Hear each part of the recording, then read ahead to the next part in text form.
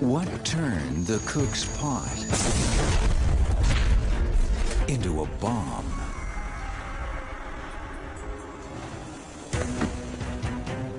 How did the wrestler lose the match of his life? Could we have something over there instead, please?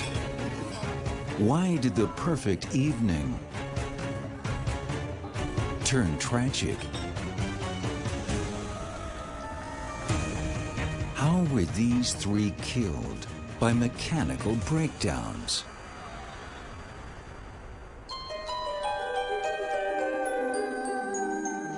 There are more ways to die than the human mind can imagine. Some are sudden and shocking. Others are slow and methodical. But every death, no matter how strange, can be explained. Even the most curious and unusual.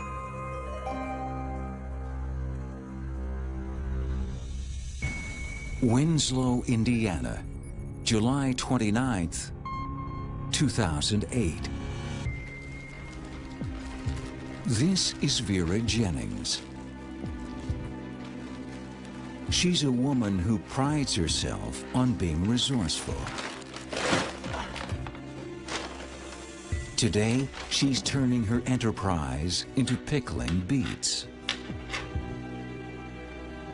It's something Vera has been doing every year for 50 years.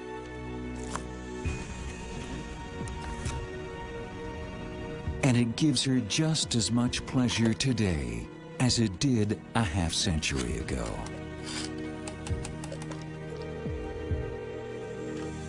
Hello? Gloria? Oh, hi, Mom. It's your mother. I'm phoning about the beets. Okay, Mom, but I'm really busy. Can we talk about this later? Vera may be alone in her enthusiasm, but she's not one for wasting time. Before she can pickle these beets, she's got to boil them.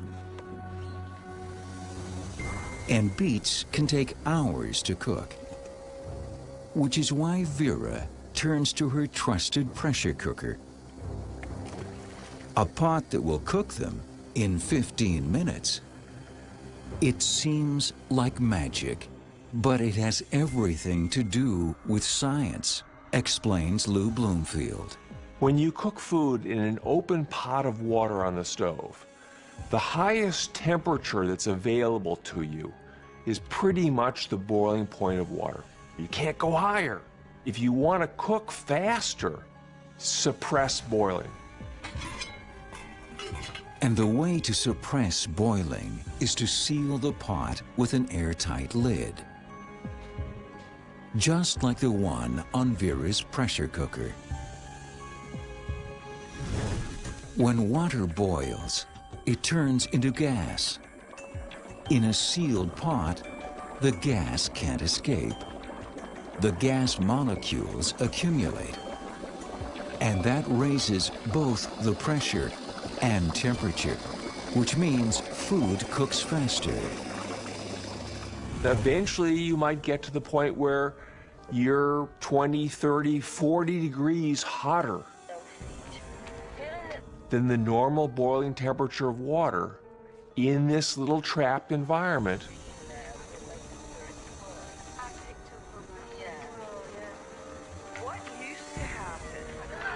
But there is only so much steam any pot can handle. That's why Vera's pressure cooker is equipped with a safety valve. It's known as a jiggler. The jiggler is a weight that sits on top. As the pressure of steam inside the pot builds, it lifts the jiggler up. Gravity pulls the weight down, the steam pushes the jiggler up, and steam now can escape.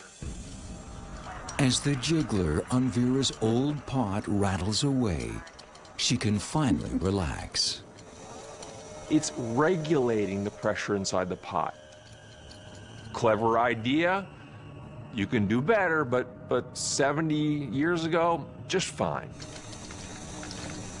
But soon, the sound grows more intense.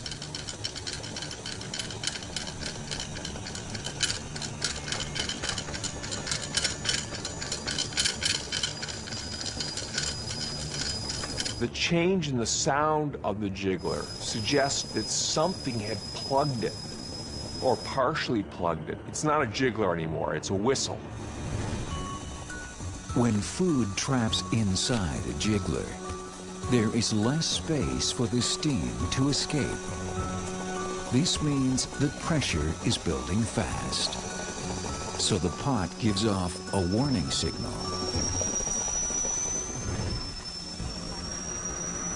Which is why Vera gets up to investigate.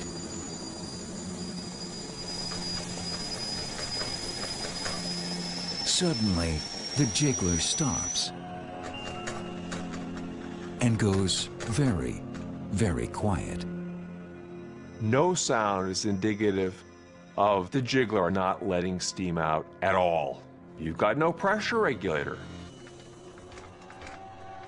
And without a pressure regulator, you've got a weapon on your hands. The pressure's going to build up relentlessly until something gives.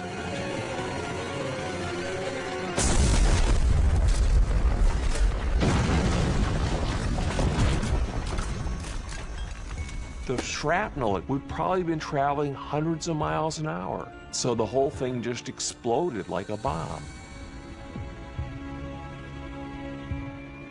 Probably the entire pot emptied itself all over the room in just a big flash blast. It could easily have taken with it all the things she was canning. It would look like a war zone. A few hours later, the police arrive. They discover Vera's body pierced with shrapnel from her aluminum pot.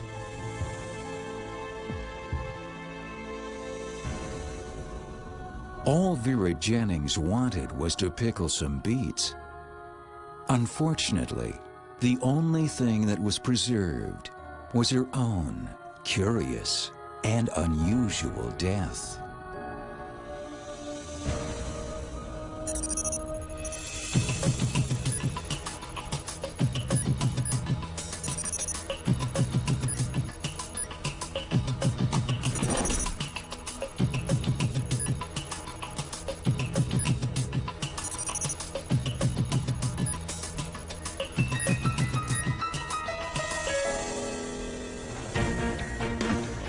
Coming up, what forced this wrestler It's a perfect storm of risk factors for disaster.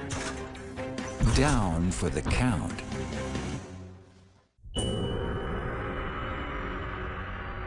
Ann Arbor, Michigan, December 6th, 1997.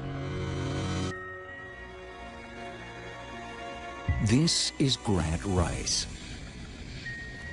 He prides himself on being a fighter. That's why he loves wrestling. In high school, he was the champ. But in college, he can't crack the varsity team. His luck is about to change. A spot has just opened up. Race! Get over here. The catch? It's in a much lower weight category. 27 pounds lower than where he usually fights. You want that spot in the 153 division? Yeah, I do. Let me see you prove it to me. If Grant can drop the weight, it could give him the edge he needs, explains ex-wrestler Dennis Collier.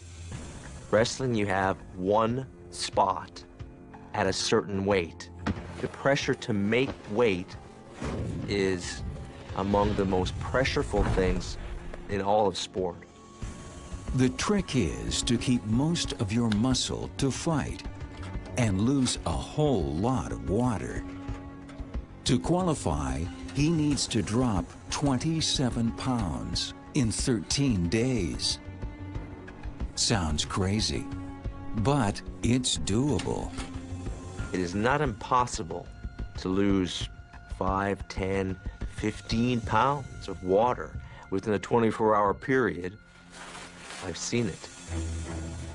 And to lose this much water, Grant takes it to the extreme. He suits up in gear that doesn't breathe. It's what they call an impermeable suit. Now, if you think about compressing all your skin into a very, very tight area, an impermeable area, then obviously there's no way for that sweat, that water on your skin, to evaporate. If sweat can't evaporate, the body can't cool down. So it keeps pushing out more sweat. It all adds up to rapid weight loss. You lose 1 liter of sweat, you've lost 1 kilogram of weight. It would be a big, disgusting pool of sweat inside the suit. Over 10 days, Grant loses 10 pounds. But it's not enough. He's got 17 pounds to go